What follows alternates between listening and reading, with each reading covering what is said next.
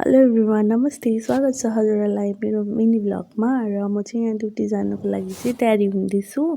आज चाहिँ मलाई पुरा ढिलो भइरहेको थियो नि त हो जानुको लागि, किनभने म ढिलो उठेको थिएँ। अन्त यहाँ चाहिँ म जाडो छ नि त बाहिर मौसम, अन्त हावा पनि आउँथ्यो तर त्यस्तो जाडो पनि थिएन हो। अन्त टोपी मैले ब्यागमै प्याक गरेर लगेर गएँ। फेरि बेलुका आएर आउँदाखेरि जाडो हुन्छ नि त, हावा कस्तो चल्छ हो। अनि यहाँ मलाई चाहिँ आज हतार भइरहेको थियो हो। अनि म चाहिँ यहाँ फटाफट तयारीहरू हुनु थालेँ अनि ड्युटी जानुको लागि। अन्त त्यहाँबाट म चाहिँ यहाँ घडी भने चाहिँ फेरि मलाई लाउने बानी भएको छ हो, नलाइ उयो कस्तो कस्तो लाग्छ, जत्तिकै ढिलो भए पनि लाउनै पर्छ। अनि यहाँ चाहिँ म फटाफट जुत्ता लाउनु थालेँ। जुत्ता लाएर लाइटहरू बन्द गरेर घरबाट निक्लेँ हो।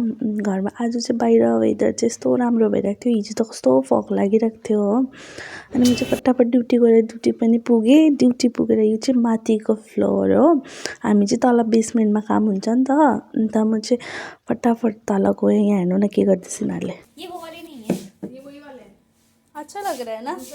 मैं अपने सिस्टम के आगे लगाऊं? नहीं लगाइए आप। ये तो इतना बड़ा है। दिनेश भैया भी तो कहते मैडम कौन सा अच्छा लग रहा है, कौन से लाऊं? लेकिन नहीं, ये तो ज़्यादा बड़ा है। मेरा गणेश जी ठीक है।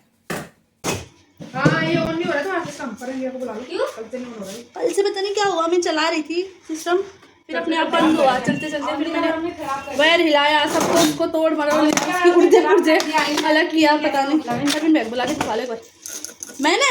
हाँ ये डायरेक्ट ये कहना चाह रही है कि उनके बारे में खराब कर दिया। हाँ तुम ये कहना चाह रही हो दीपिका? नहीं आप कहना चाह रहे हो कि मैंने खराब कर दिया। नहीं इतनी भी नहीं है। वो पहले कोशिश करेगी पूरा। तुम्हारी एग्जाम कैसे गया? बढ़िया। मैंने एक क्वेश्चन को लेकर कर दिया, दूसरे कर ले तो बताओ। म चाहिँ यहाँ सफाइहरू गर्न थालेँ हो, किनभने यहाँनिर मतलब सफाइ गर्नेले पनि गरिदिन्छ कि, तर मलाई चित्तै बुझ्दैन उसले गरेको। बस्ने सिटहरूतिर सित्तै सित्तो बनाइरहेको हुन्छ। हेर्दा हेर्दा 11 पनि बज्यो, 11:30तिर त भोक लाग्छ नि त हामीलाई हो। अन्त हामी चाहिँ खाना खानु, अब खाना त केही स्न्याक्स खानुको तर्फ लागि हामीले चाहिँ समोसा मगाएको थियौँ हो। अनि त्यही हामी चाहिँ खाँदैछु, किनभने बिहान खाना त खाएर जान्छु कि एउटा रोटीले के हुन्छ हो। त भोक लाग्छ 11, साढे 11, 12 बजीसम्म त भोक लागिहाल्छ। अनि मैले चाहिँ यो समोसा खाइसकेर चाहिँ खाना पनि खान थालेँ हो। किनभने 2 बजेको थियो, हाम्रो चाहिँ 2 बजी लन्च हुन्छ नि त। अनि हामी चाहिँ खानासाना खाएर चाहिँ बाहिर जान्छु नि त घाम ताप्नुको लागि हो।